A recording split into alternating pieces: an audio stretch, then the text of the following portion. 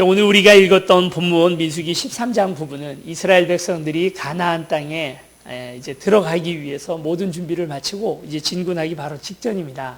각 지파 12지파에서 한 사람씩 이렇게 대표를 뽑아가지고 똑똑하고 날래고 용감한 젊은이들, 그런 사람들로 다 뽑았죠. 그러니까 우리 몇만 명 되는 우리 지파에 의해서 내가 대표가 됐다 했을 때 이 사람들 마음이 어땠을까요? 마치 무슨 서울대 간 것 같은 느낌이고, 그리고 모두를 대표한다라고 하는 자부심과 뜨거운 마음들, 이런 것들이 좀 있지 않았을까요? 그렇게 해서 12명의 특공대를 만들어가지고 그래서 가나안 땅을 다 두루 돌아보게 합니다. 모세가 그들에게 부탁한 건 뭐냐면 땅을 잘 정탐해서 어디에 산이 있고 어디에 강이 있고 어디에 성이 있고 어디에 어떤 민족들이 살고 있는지를 다 잘 좀 보고 오라고 그걸 부탁을 했어요. 그런데 이렇게 뭐라고 해야 될까요? 젊은 나이에 이렇게까지 뭔가 좀 출세를 하면, 벼락 출세라고 해야 될까요? 갑자기 다른 사람들의 대표가 되면 자아가 확장되는 그런 경험을 하게 됩니다. 이게 무슨 말이냐면 내게 원래 맡겨진 임무 이상의 것들을 내가 할 수 있다. 내가 아주 온 나라 전체를 다 대표하고 있는 것처럼 내가 책임져야 될 것 같은 그런 마음을 가지게 되는 거죠. 마치 무슨 영웅이라도 된 것처럼 그렇게 생각을 해서 모세는 가서 그 지형을 잘 보고 오라고 명령을 했는데 이 사람들은 보고 와서 그 땅을 평가하고 올라갈지 말지를 결정을 합니다. 결정할 권한이 이 사람들에게 있나요? 언제 이스라엘 백성들이나 하나님이 이 12명 보고 올라가서 그걸 들어갈지 말지를 결정하라고 말했습니까? 그런 적이 없는데 이 12명은 자기가 좀 똑똑하다고 생각을 하는 거죠. 자기가 좀 잘났다 생각을 하는 거죠. 그러니까 자아가 확장돼서 이런 행동을 하더라는 것입니다. 우리도 어느 순간에 이게 뭔가 좀 이렇게 잘 단련돼 가면서 한 걸음 한 걸음 나아가서 높은 자리에 올라가면 그런 모든 것들 다 잘 볼 줄 알고 내가 책임져야 할 곳이 어디고 내가 해야 할 일이 어디인지 잘 아는데, 이렇게 그냥 종살이 하던 사람들이 벼락 출세를 해서 갑자기 지파에 그렇게까지 갑자기 올라가고 나면 이런 마음들, 교만한 마음들을 가지게 된다는 것입니다. 객관적인 평가를 하고 온 거예요. 그래도 이 사람들은 12명의 정탐꾼들 중에 10명은 정확하게 모든 것들을 보았습니다. 어디에 군사시설이 있고 또 그들의 숫자가 어느 정도 되는지, 그리고 무엇보다도 오늘 우리 자신을 한번 또 생각을 해보는 거죠. 지피지기면 그 백전불패라고 손자병법에도 말하고 있지 않습니까?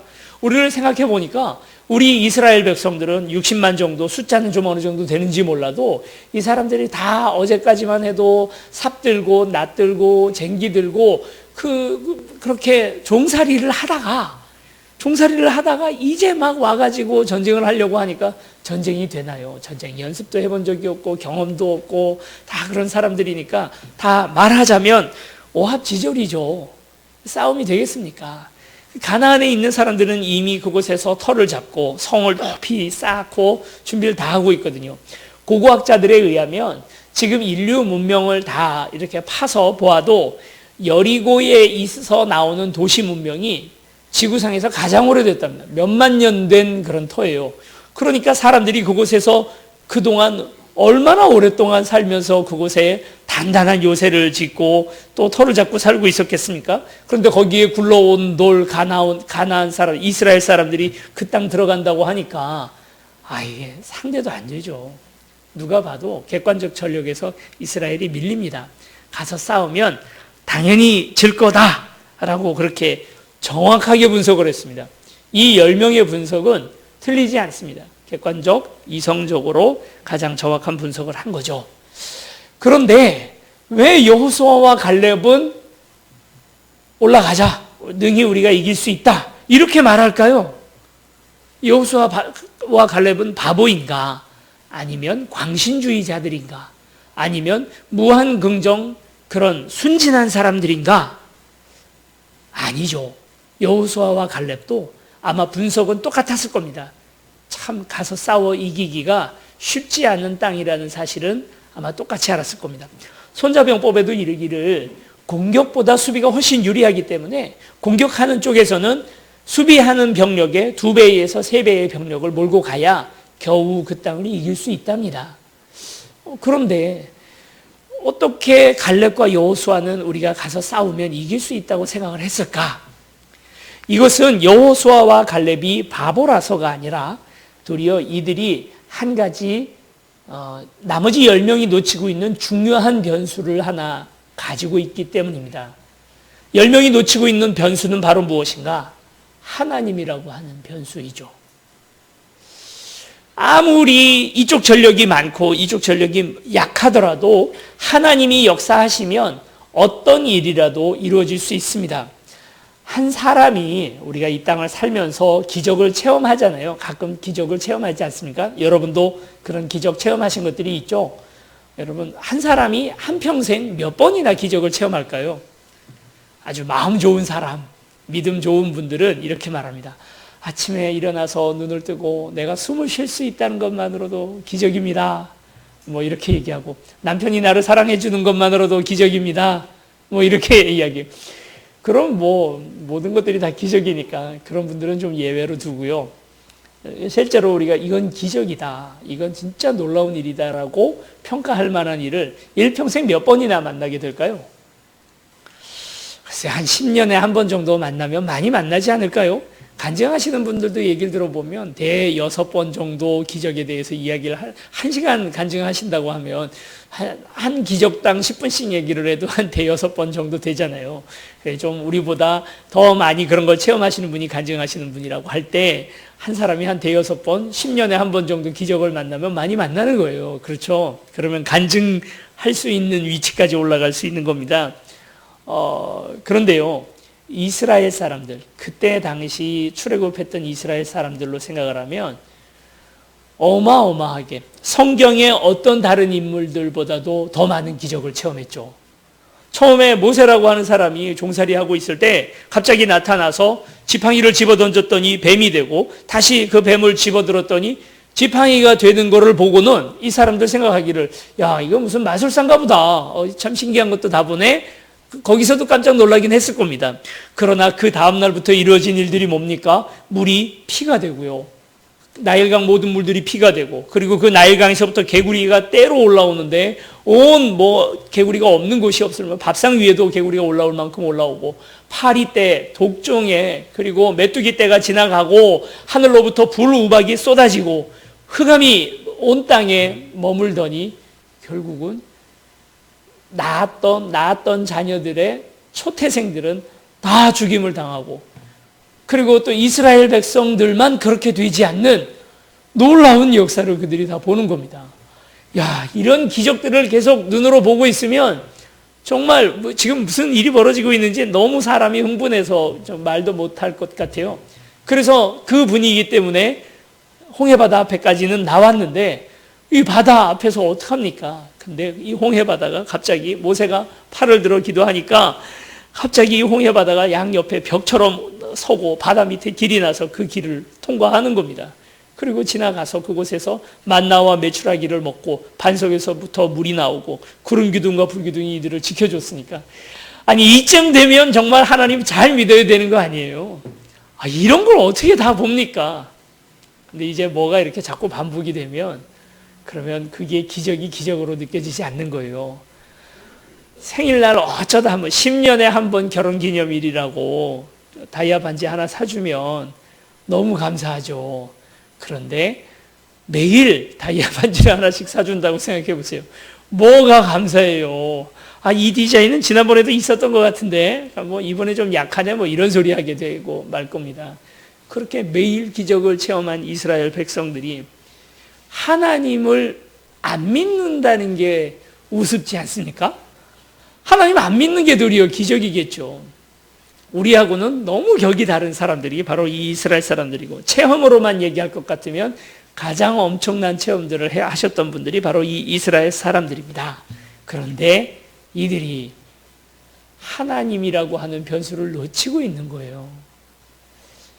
우리 크리스찬들이 해야 될 건 맹목적으로 그냥 막 믿는 것, 이게 오늘 우리에게 필요한 것이 아닙니다. 우리도 객관적으로 이성적으로 따져볼 것 다 따져봐야 됩니다. 산수 계산 다 해서 이것이 맞는지 이것이 맞는지 계산해야 됩니다. 믿음으로 나아간다 하는 것은 이 객관적인 사실을 덮어놔버리고 아이 몰라 나는 몰라 해버리고 그냥 하나님만 믿을래 하는 건 광신이라고 말하는 거죠. 분명히 될 일과 안 될 일을 다 따져봐야 되지만 그 다음에 그걸 넘어서 줘야 되는 거죠. 이성적이고 객관적인 것들, 너무 뻔한 그 결과들을 넘어서는 걸 믿음이라고 말하는 것 아니겠습니까? 여호수아와 갈렙은 그 객관적인 사실 위에 더해서 하나님이라고 하는 변수를 보았습니다. 하나님은 얼마나 엄청난 분이신지 여러분 보석상자 2개가 있다고 생각을 해봅시다. 하나는 여러분 예전에 한 20년 전에 쓰던 보석상자, 돌잡이 하러 가면 그 금반지 넣어가지고 오는 보석상자 여러분 다 기억나시니까? 분홍색 플라스틱 그 안에 이렇게 스폰지 들어있는 그 보석상자예요. 500원도 안 되겠죠. 그런 보석상자 써있기를 무슨 봉황당 이렇게 써있는 황금색으로 써있는 그런 보석상자고 한쪽은 레드벨벳으로 예쁘게 만들어진 보석상자고 그 안에는 비단으로 다 잘 이렇게 마감이 되어 있는 그런 상자입니다. 그 안에 똑같이 10억 원짜리 다이아몬드를 넣었다면 여러분 어느 쪽이 더 가치 있습니까? 얼른 보기에는 분홍색 별로인 것 같고 이렇게 고급스러운 포장을 한 것이 훨씬 더 나은 것 같죠. 그러나 생각해 보세요. 이쪽에 보석상자가 10,000원이라면 이쪽 보석상자 만드는데 500원. 자, 10억짜리를 넣게 되면 10억 1만 원짜리가 되는 거고 이쪽 보석상자는 10억 500원짜리가 되는 겁니다. 생각해 보면 미미한 그 차이에 별로 차이도 느껴지지 않습니다.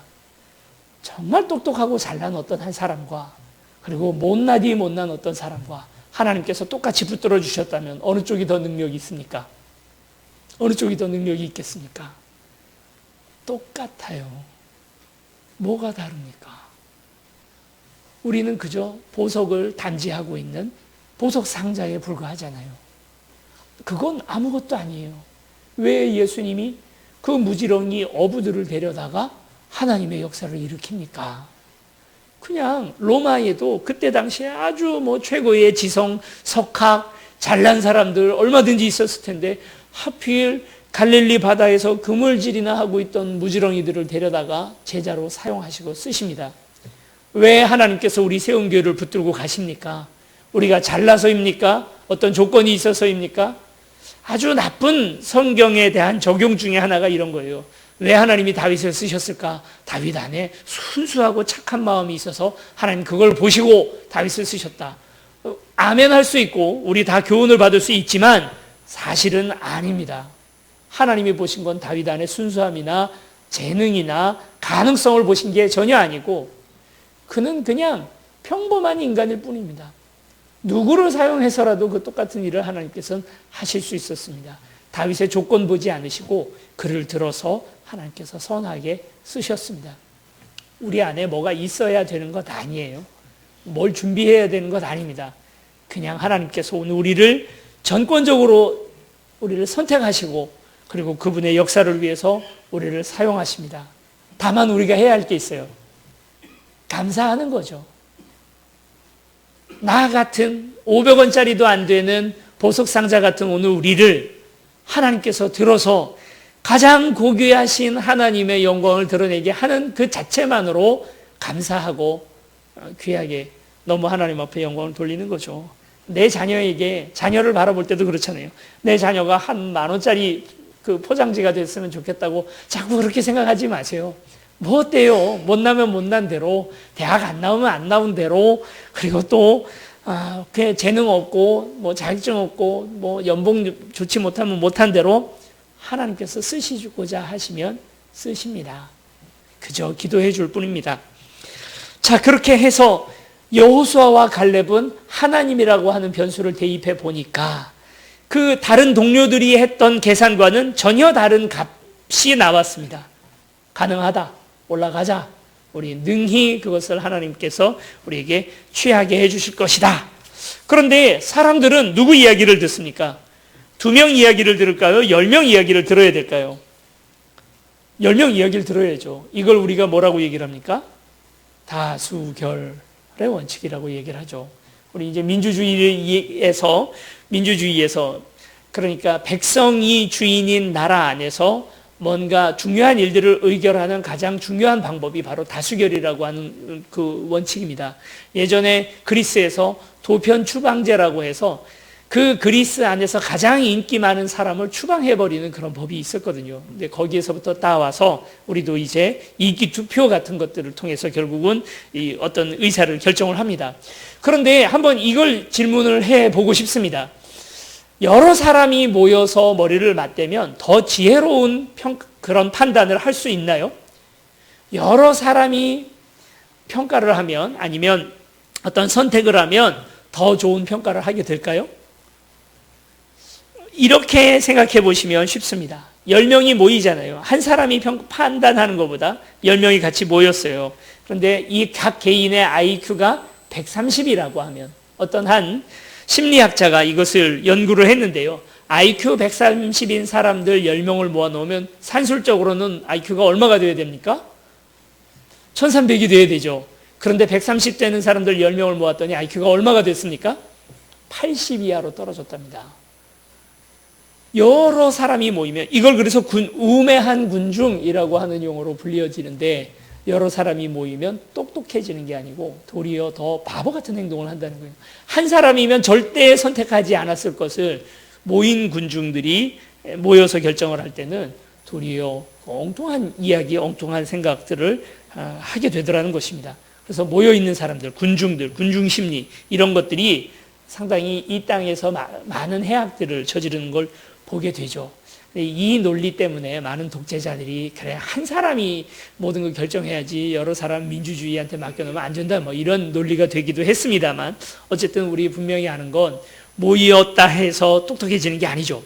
그런데 왜 민주주의는 다수결의 원칙을 사용을 할까요? 왜 이걸 기본적인 의사결정 방법으로 사용을 할까? 그건 다수가 모여서 더 많은 사람들이 옳다 생각하는 것이 반드시 옳은 것이기 때문이 아니고, 더 나은 결정을 할 수 있기 때문이 아니고, 그 뒤에 이야기가 더 중요합니다.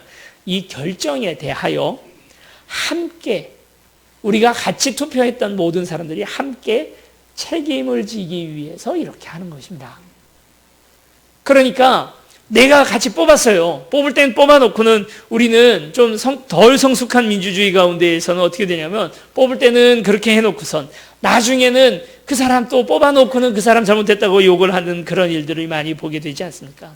그런데 정말 성숙한 민주주의는 뽑을 때까지는 가리고 잘 봐서 객관적으로 판단을 해서 그 사람이 옳은 사람인지 어떤지를 살펴봐야 되지만, 끝나고 나면 항상 내가 뽑진 않았더라도, 내가 그 사람에겐 찬성표를 던지진 않았더라도 그에 대한 책임은 공동체가 같이 져가는 거죠.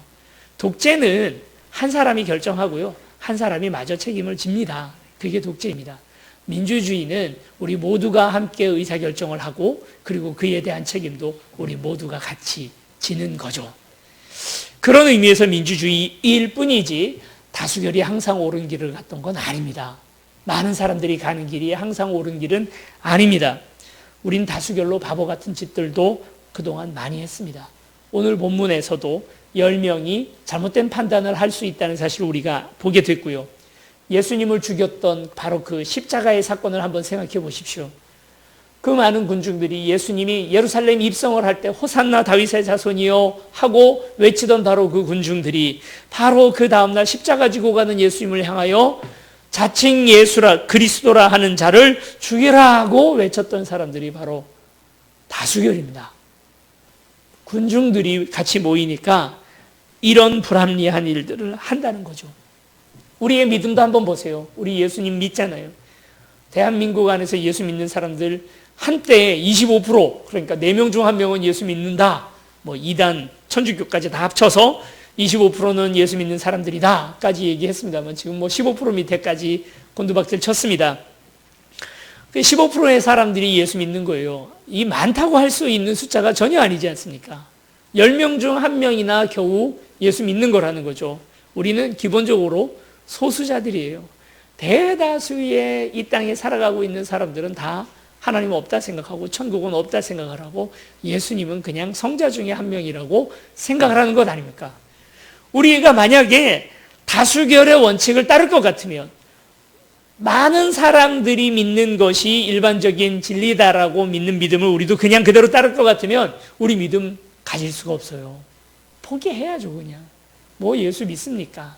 그들처럼 생각하고 그저 돈 좋다 얘기하고 성공이 최고라고 말하고 더 많이 가지고 더 넓은 집에 살며 더 큰 차를 타고 다니는 것이 성공이라고 우리도 말하고 살아야죠. 그러나 오늘 우리는 아는 사람들 아닙니까? 남들이 뭐라 하건 간에 그들과는 상관없이 좁은 문 좁은 길 가는 사람들 아닙니까?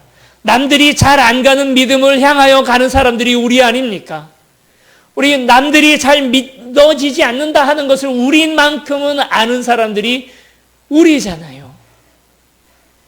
그러므로 오늘 우리는 사람들, 밖에 사람들이 뭐라고 하는지에 너무 귀 기울일 것이 없이 오늘 우리만의 가치관, 우리만의 판단의 기준을 가지고 살아가야 할 줄로 믿습니다.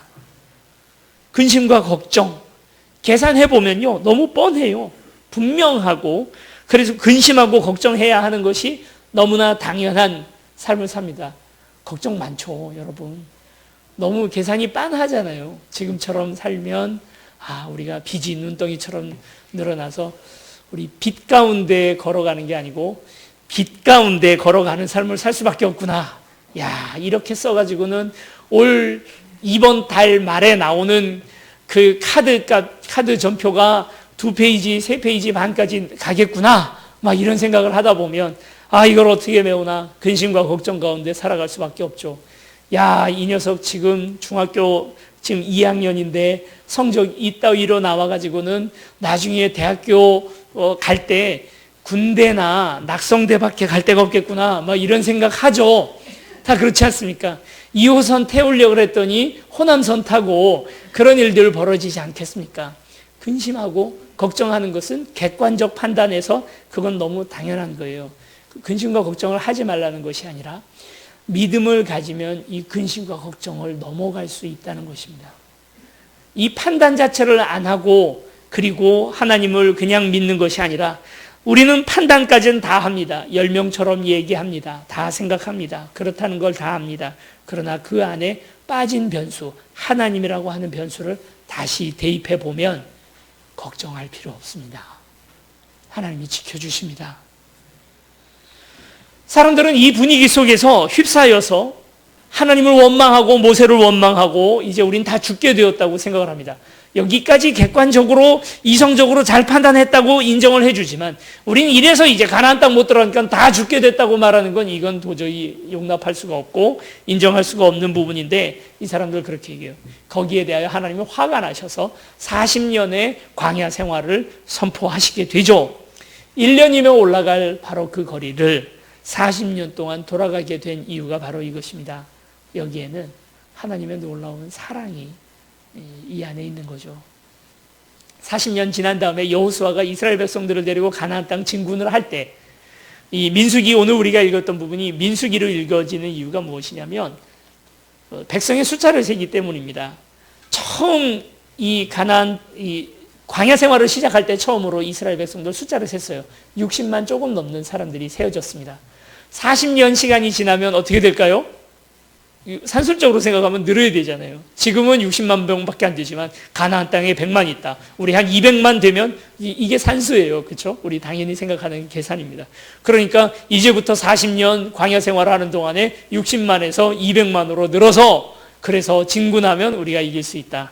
그런데요. 나중에 민수기 뒷장에 가서 이스라엘 백성들 숫자를 세봅니다. 셌더니 똑같아요.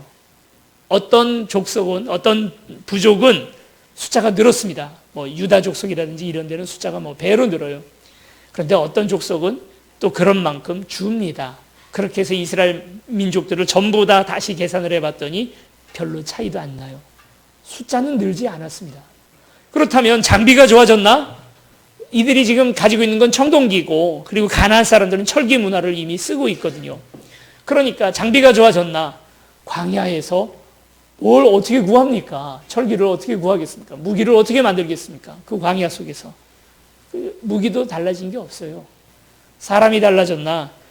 사람이 달라졌죠. 40년 동안에 그때 당시 어른이었던 사람들은 다 늙어서 돌아가시고 그리고 새로운 다음 세대들이 세워졌는데 이들은 전혀 다른 사람들이 되었습니다. 이번에는 12명의 정탐꾼을 보내는 게 아니라 딱 2명만 보냅니다. 12명씩 보낼 필요가 없다는 걸 알았어요. 2명만 딱 보냅니다. 2명이 가는데 이스라엘 전체를 다 돌아본 것도 아닙니다. 광야 다, 가나안 땅 다 돌아본 것도 아니고 여리고만 살짝 들어갔다가 나옵니다. 그래도 어느 누구 하나 불평불만이 없습니다. 그 단편적인 예를 하나 들자면 아간의 범죄를 우리 알지 않습니까? 여리고 성 무너지고 나서 아주 작은 성 아이성이라고 하는 성을 쳐들어갈 때 아간이 여리고에서부터 훔쳐왔던 그 죄 때문에 이스라엘 백성들이 거기서 막힙니다. 여러분 40년 전 이스라엘 백성들은요 한 사람 죄 때문에 이렇게 넘어진 게 아닙니다. 한두 사람이 순결했고 나머지 모두가 다 죄인이었어요. 그런데 이제 40년 지나고 나니까 민족 전체에서 죄를 저지른 사람이 한 명밖에 없어요. 제비 뽑아서 그 아간 한 사람 딱 잡아내니까 그러니까 온 백성들이 다시 아이성도 점령하고 가나안 땅 다 점령할 수 있는 막강한 군대가 되었습니다. 이 40년이 하나님의 사랑의 뜻입니다. 천천히 좀 돌아가게 하는 이 길이었지만 그걸 통하여 이스라엘 백성들이 훨씬 더 강력하게 더 큰 믿음을 가지고 서게 된 거죠. 만약 하나님께서 이 40년 안 주시고 그래 올라가라 난 몰라 해버렸으면 어떻게 됐을까요? 이스라엘은 그냥 아주 큰 해프닝, 그러니까 어떤 한 민족이 무모한 결정을 해서 다 망하게 되는 큰 해프닝으로 끝나버릴 뻔했습니다. 40이라는 숫자는 항상 그렇더라고요. 훈련, 단련의 숫자가 40 아닙니까? 예수님께서도 40일 동안 굶으시고 그렇게 기도하셨던 그게 40이고요.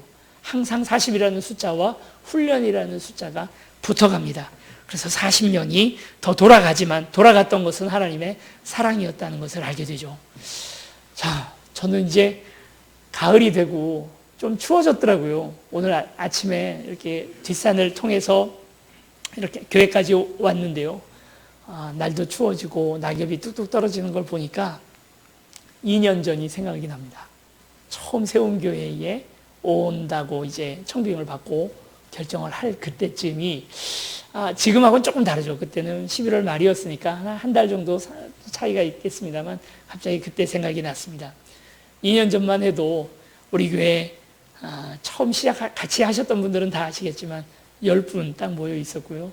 그리고 10분이 이렇게 큰 예배당을 이렇게 구해서 또 이제 이렇게 교회를 같이 시작하자 하고 생각을 하고 계셨었어요. 그때 뭐 얼마라고는 얘기하지 않겠지만 아주 작은 사례비로 이야기를 했었고요.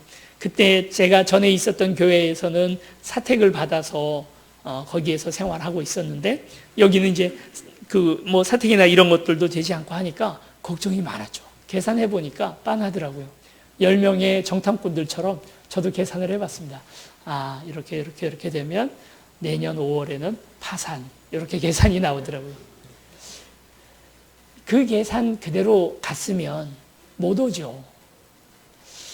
저만의 고백이 아닐 줄로 압니다. 그때 같이 교회를 시작했던 모든 분들의 계산 다 마찬가지였겠죠. 이렇게 가면 우리가 곧 뭐 요즘 하도 많이 교회가 문을 닫고 하니까 그렇게 되지 않겠나 생각을 했지 않겠습니까? 근데 2년이 지났어요. 2년 동안에 우리 파산나지 않았고요. 그리고 지금은 1부와 2부 예배를 개척한 지 2년 만에 1부와 2부 예배를 따로 드립니다. 아동부, 중고등부, 청년부가 다 있습니다. 요즘에 수도권 내에 있는 교회에 무려 40%의 교회는 교회 학교 자체가 아예 없대요. 그런 교회가 하도 많습니다. 그런데 우리는 2년 만에 교회 학교가 생겼고요. 청년부도 이제 모임을 가지게 되었고요. 그리고 재정적으로나 모든 면에서 전혀 부족하지 않고, 그리고 우리 다 아는 것처럼 우리가 처음 시작을 할 때 얻었던 대출을 다 상환을 했습니다. 그러고도 부족함이 없습니다. 우리도 하나님이 우리를 붙들어 주시고 우리와 함께 하시는 것을 늘 경험하고 삽니다. 하나님이라고 하는 상수를, 이 변수를 우리도 늘 인식하고 삽니다. 뭐가 걱정입니까? 왜 걱정하십니까? 2년간 우리를 붙들어 주신 하나님이 앞으로 200년간도 우리와 함께 해주실 줄로 믿습니다.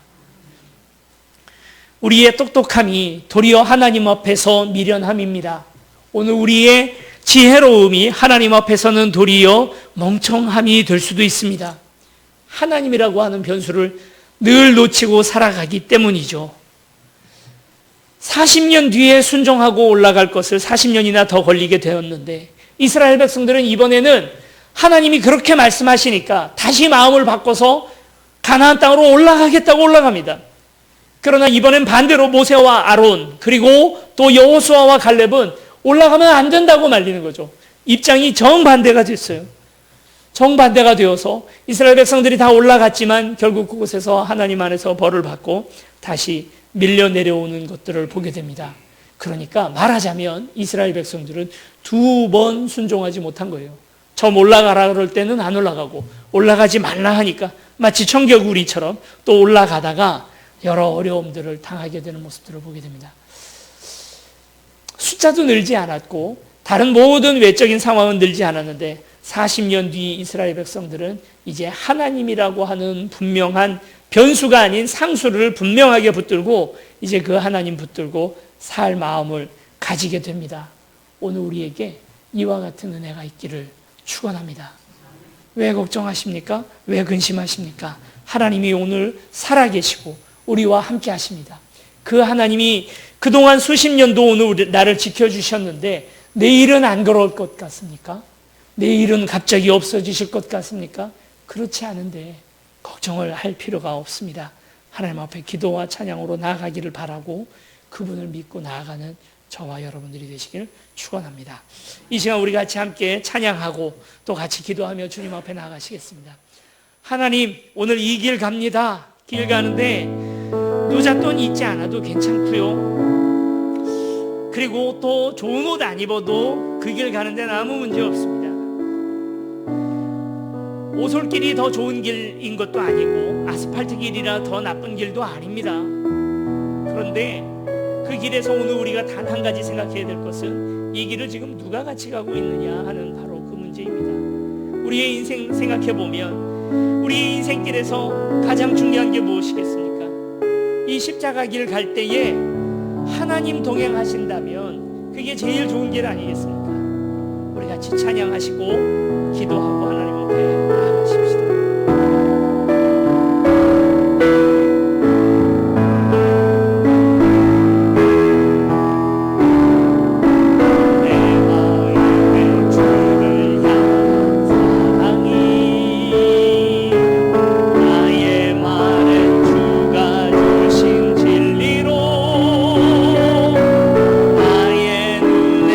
주의 눈물 채워주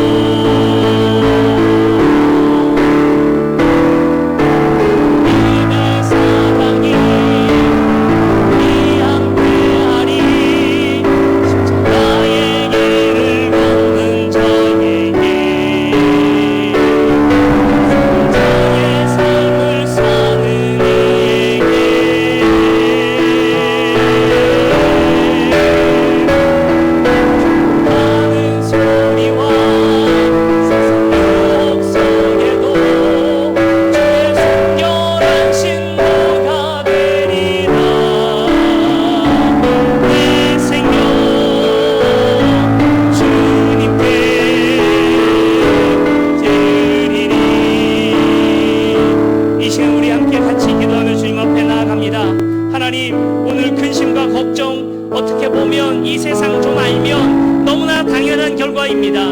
이런 일들이 벌어질 것 같고 어려운 일들이 오늘 우리에게 닥쳐올 것 같습니다. 그러나 하나님, 오늘 우리의 눈을 들어 그동안 수십 년 동안 우리를 지켜주시고 기적적으로 보호해주셨던 그 주님이라고 하는 상소를 발견하게 하여 주시옵소서. 하나님을 더하고 보니 아무것도 근심할 것 없고 걱정과 근심할 것 없고 믿고 나아갈 수밖에 없다는 사실을 깨닫게 됩니다. 아버지 하나님, 오늘 우리가 이 마음 들고 담대하게 이 길 가게 하여 주시옵소서. 함께 통성으로 기도하시겠습니다. 사랑과 많으신 아버지 하나님, 하나님 감사합니다. 주께서 오늘 우리를 많이 사랑하여 주셔서 그저 내버려 두지 아니하시고 하나님의 놀라운 영광을 위하여 우리를 선택하시고 들어 사용하시길 감사를 드립니다. 아버지 하나님, 오늘 우리 연약한 존재였사오나 주께서 오늘 우리를 들어 사용하여 주시고 주님 뽑아주시고 근심과 걱정이 아닌 아버지 하나님 참된 믿음과 바른 담대한 마음으로 이 땅 살아갈 수 있도록 우리를 붙들어 주시니 감사합니다. 아버지여, 이제 도와주셔서 하나님, 오늘 우리에게 담대한 마음을 주시옵소서. 믿음을 주시옵소서. 주께서 살아계신 것이 보여질 수 있도록 아버지여 도와주시옵시고, 이제 그 하나님 붙들고 나아갈 때 하나님, 오늘 우리 안에 큰 믿음을 올 수 있도록 아버지 도우시고 함께하여 주시옵소서. 아버지 하나님 감사합니다. 주님 도와주시옵소서. 우리 다시 한번 기도할 때에 오늘 우리 안에 세상의 모든 악한 가치관들 다 물러가게 하여 주시옵시고, 하나님, 그래서 세상 사람들이 말하는 것처럼 많은 사람들, 대다수 사람들이 가지고 있는 기준을 물리칠 수 있는 우리 되게 하여 주시옵소서. 우리 다시 한번 기도하시겠습니다. 아버지 하나님, 하나님, 오늘 세상이 감당치 못할 오늘 우리입니다. 아버지 하나님, 세상이 감당치 못할 오늘 우리입니다. 하나님, 세상의 가치관, 그들이 두려워하는 것, 그들이 자랑하는 것, 오늘 우리도 자랑하지 않을 수 있도록 주여 도와주시옵시고, 아버지, 10명의 정탐꾼이 아니라 여호수아와 갈렙의 길을 따라가는 오늘 우리가 되기를 원하오니 아버지여 도와주시옵소서. 세상 사람들은 더 많은 사람, 더 많은 기술, 더 많은 재화와 더 많은 숫자가 보이면 아버지 하나님 그것으로 성공할 수 있을 줄로 착각합니다. 그러나 아버지 하나님, 세상이 그렇게 돌아가지 않는 오늘 우리가 압니다. 하나님 살아계시기에 주의 뜻에 합당할 때에 오늘 우리가 넉넉히 이기게 될 줄로 믿습니다. 아버지, 오늘 우리와 함께 하여 주시고 우리에게 영광을 드러내어 주시옵소서. 아버지 도와주시옵소서. 사랑과 은혜 많으신 아버지 하나님 감사합니다. 하나님, 오늘 우리가 똑똑하다고 지혜롭다고 세상에서 오늘 이 땅 살면서 하나님 바르지 못한 길들, 주께서 원하지 않으시는 길들을 향하여 나아갑니다. 주님이 보이지 않아서 많은 기적을 체험하고도 하나님 그 기적을 무시하고 살아왔던 하나님, 오늘 우리 힘을 고백하오니 아버지여, 오늘 우리를 용서하여 주시옵시고, 주님, 오늘 우리에게 말씀 주시면 이 말씀에 순종하며 나아가는 우리 되게 하여 주시옵소서. 주께서 가나안 땅에 계실 때에 가나안으로 나아가고 주께서 광야에 계실 때에 광야로 나아가는 우리 되게 하여 주셔서 우리의 눈이 밝아지게 하여 주시고 하나님이 어디에 계신지 분명히 보고 나아가는 우리 될 수 있도록 아버지여 도와주시옵소서. 하나님, 근심이 많습니다. 걱정이 많습니다. 계산을 해보니 너무나 당연한 결과들이 나옵니다. 아버지 하나님, 오늘 우리가 계산하며 이 땅 살아가는 우리가 아니라 하나님, 오늘 우리가 기도하며 이 땅 살아가는 자들 되게 주여 도와주시옵소서. 감사드리며 사랑이 많으신 예수 그리스도 이름으로 기도드립니다. 아멘.